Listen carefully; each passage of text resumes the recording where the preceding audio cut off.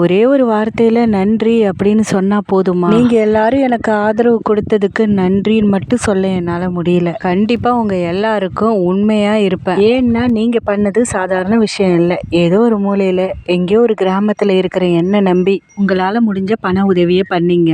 அதுல ஒவ்வொரு ரூபாயும் கடவுளுக்காகவும் அன்னதானத்துக்காகவும் பார்த்து பார்த்து செலவு பண்ணேன். இப்படி ஒரு விஷயத்த செய்ய வச்ச என் வாராகி தாய்க்கும் உங்களுக்கும் கோடான கொடி நன்றி. கிழங்கு ரூபத்துல வாராகி அம்மன் வந்த நேரம் உங்க எல்லாரையும் அறிமுகப்படுத்தி எல்லாருக்கும் அன்னதானம் போடுற அளவுக்கு கொண்டு வந்திருக்காங்க. இப்படி ஒரு விஷயத்த அவங்க செய்ய சொல்லாம நான் எப்படி செய்ய முடியும்? ஒரு பொருளும் பாத்தீங்கன்னா குவாலிட்டியா தான் வாங்கணும். அன்னதானம் போடணும்னு கடமைக்கு போடாம எல்லாமே பாத்தீங்கன்னா பார்த்து பார்த்து செஞ்சிருந்தோம். இதுல ரொம்ப கஷ்டப்பட்டது நான் கண்ணால பார்த்து சொல்றேன், எங்க வீட்டுக்காரர் தான். அவர் தான் இவ்வளவு விஷயத்தையும் ஒரே ஆளா இருந்து அரேஞ்ச் பண்ணாரு. நம்ம அன்னதானம் போடுற நேரம் கோவில் நேரமாச்சா, சமையலுக்கு ஆளை கூப்பிட்டோம்னா யார கேட்டாலும் முன்கூட்டியே ஆர்டர் வந்துருச்சுன்னு சொல்லிட்டாங்க.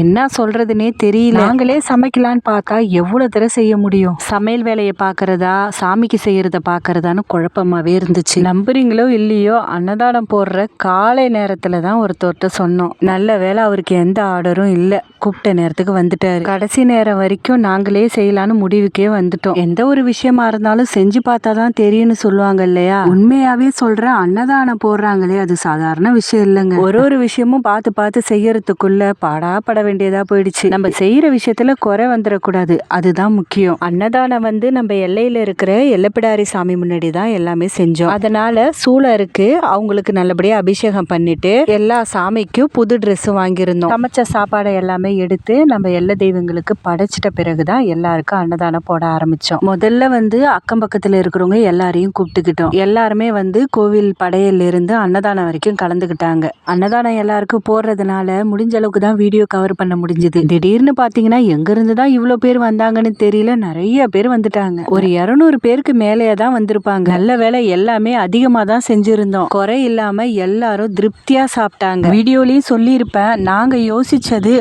சாப்பிட்றவங்க திருப்தியா சாப்பிடணும், யாரும் சாப்பாடு கேட்டு இல்லைன்னு சொல்லக்கூடாது. அதே மாதிரியே எல்லாரும் திருப்தியா சாப்பிட்டாங்க. இல்லைன்னு சொல்லாத அளவுக்கு சாப்பாடு நிறக்க இருந்துச்சு. நாங்க அன்னதானம் போட்டிருக்கோம் இல்லைன்னு சொல்லல, ஆனா நிறைய பேருக்கெல்லாம் போட்டது கிடையாது, ஓரளவுக்கு கம்மியா தான் போட்டிருக்கோம். அதே போல குலதெய்வ கோயிலுக்கு போனோம்னா கெடா வெட்டி அங்க எல்லாருக்கும் சாப்பாடு போட்டிருக்கோம். இதுதான் முதல் முறையா இவ்வளவு பேருக்கு நாங்க சாப்பாடு போட்டது. நீங்க யாரும் கவலைப்படாதீங்க, உங்க எல்லாருக்காகவும் வேண்டிக்கிட்டு தான் நான் இதை செஞ்சேன். உங்க எல்லாருடைய வேண்டுதலும் நிச்சயமா நிறைவேறும். எங்க எல்ல தெய்வமா இருக்காங்களே எல்லப்பிடாரி அம்மன், இவ்வளவு ஒரு சக்தி உள்ளவங்க. விளையாளம்மனுக்கு படைக்கிறதுக்கு முன்னாடி எல்ல தெய்வமான எல்லப்பிடாரிக்கு படைச்சிட்டு தாங்க எல்லாரும் படைப்பாங்க.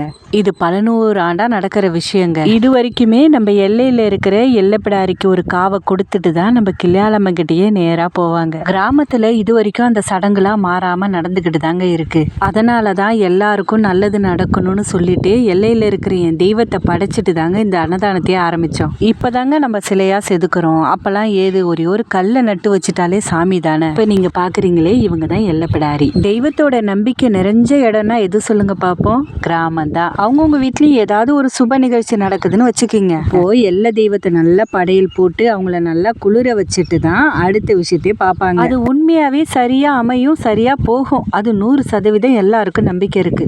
இன்னொரு முக்கியமான விஷயங்க, இப்ப நம்ம எல்லையில இருக்கு இல்லையா, இந்த எல்லை தெய்வத்துக்கிட்ட கிட்டத்தட்ட ஒரு 14 கல்யாணம் எங்க வீட்டுக்காரர் பண்ணி வச்சிருக்காரு. ஆதரவு இல்லாம கஷ்டத்தோட இருக்காங்க இல்லையா, அவருக்கு காதுக்கு பட்டு அவங்களெல்லாம் இட்டுட்டு கல்யாணம் பண்ணி வச்சிருக்காரு. கல்யாணம் பண்ணி வச்ச எல்லாரும் குழந்தை குட்டி குடும்பம்னு அழகா இருக்காங்க. இது வரைக்கும் எல்லாரும் மறக்காம நம்ம தெய்வத்தை கும்பிட்டுட்டு படைச்சிட்டு போவாங்க. அவ்வளவு சக்தி உள்ளது எங்க எல்ல சாமி. இங்க அன்னதானம் போடுறதுக்கு முன்னாடி நிறைய பிளான் பண்ணோங்க.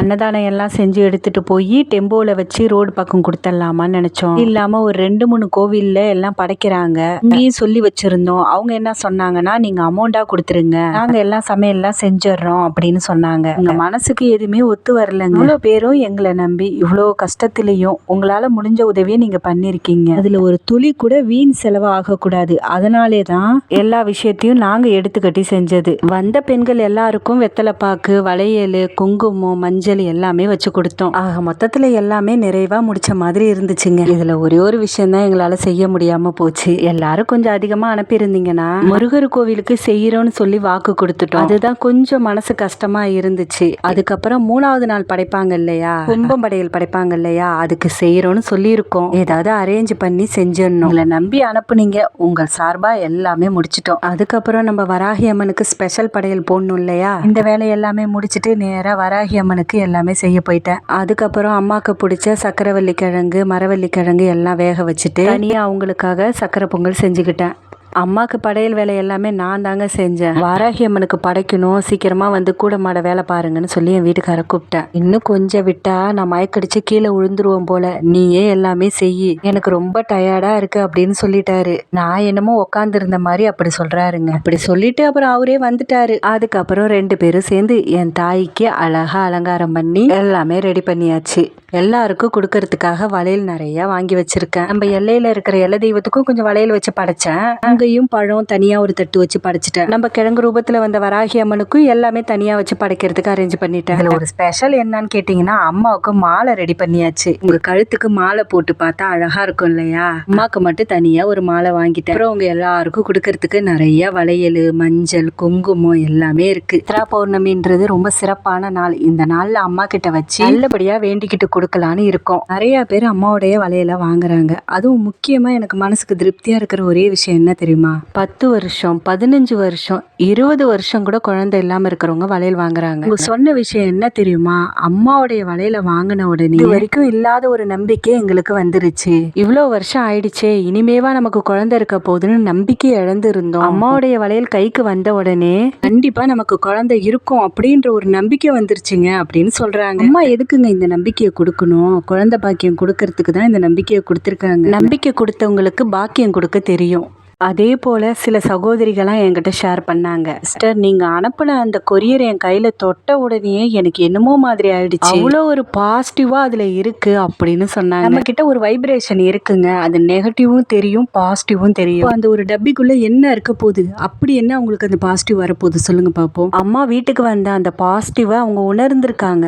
எதுக்காக அம்மா உங்ககிட்ட இதை சேர்க்க சொன்னாங்கன்னு தெரியல, திடீர்னு ஒரு வார்த்தை சொன்னேன், எல்லாரும் வாங்குறீங்க. வாங்கின எல்லாருக்கும் நம்பிக்கை தான் அம்மா கொடுத்துட்டு வராங்க. நம்பிக்கை இருந்த எல்லாருக்கும் தைரியத்தை கொடுத்துட்டாங்க. வாழ்க்கையில நம்பிக்கை இருந்தா போதாதாங்க, கண்டிப்பா நம்ம ஜெயிச்சிடலாம். நிறைய பேர் உங்ககிட்ட வளையல் கேட்கறோம், அதுக்குள்ளே எங்களுக்கு வர வேண்டிய பணம் வந்துருச்சுன்னு சொல்றப்பெல்லாம் எவ்வளவு பெரிய விஷயம். கேட்கும் போது ஒண்ணுமே சொல்ல முடியல, மனசுக்கு ரொம்ப நிறைவா இருக்கு. என்னால முடிஞ்சது ஒரே விஷயம் தாங்க பண்ண முடியும். உங்க சொல்றாங்க, நான் செய்யறேன். அதுவும் கொரியருக்கானது மட்டும். இவ்வளவு பேர் அனுப்புறீங்க, அது எல்லாத்தையும் எடுத்துட்டு போய் நாங்க போஸ்ட் பண்றோம், எழுதுறோம், பேக் பண்றோம். எவ்வளவு கஷ்டம் இருக்கு. எதுவுமே நாங்க எதிர்பார்க்கல. இது எங்க தாய் கொடுத்த கட்டளையா நாங்க செஞ்சுட்டு இருக்கோம். நல்ல விஷயம் செய்யணும்னு தோணுச்சு. இந்த போல நல்ல விஷயம் செய்யறது எங்களுக்கு பிடிச்சிருக்கு.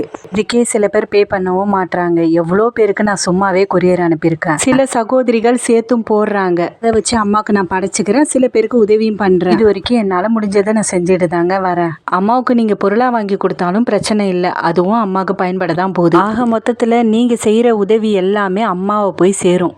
அம்மாவுடைய பிரசாதத்தை நம்பி வாங்கிக்கிங்க. ஏதோ ஒரு ரூபத்துல அம்மா உதவி பண்ணுவாங்க. மனசுல பட்டதுனால சொல்றேன், இவ்வளவு தூரத்துக்கு நான் கொண்டு போறேன்னா அவங்க அருள் இல்லாம எதுவுமே நடக்காது. எவ்வளோ செலவு பண்ணிட்டோம். இந்த ஒரு விஷயத்துல நம்ம வாழ்க்கை மாறும்னா யார் தடுத்தா. அவடைய வளையல் வர்ற நேரம் கல்யாணம் ஆகாம இருக்கிறவங்களுக்கு கல்யாணம் ஆகும். குடும்பத்துல இருக்கிற கடன் பிரச்சனை, பணம் வராத பிரச்சனை எல்லாத்துக்கும் ஒரு தீர்வா அமையும். நம்பிக்கையோட செய்யற விஷயம் எதுவுமே மாறாதுங்க. இப்படி ஒரு ரூபத்துல என் தாய் என் வீட்டுக்கு வந்தாங்க. வந்தவங்களுக்கு நான் மட்டும் படைச்சுக்கிட்டு யாருக்கும் தெரியப்படுத்தாம இருக்கலாம் இல்லையா, ஆனா உங்க எல்லாருக்கும் அம்மா தெரியப்படுத்திட்டாங்க. ஆனா இந்த ரூபத்துல வந்தவங்களுக்கு அதிக சக்தி இருக்கும்னு நான் நம்புறேன்.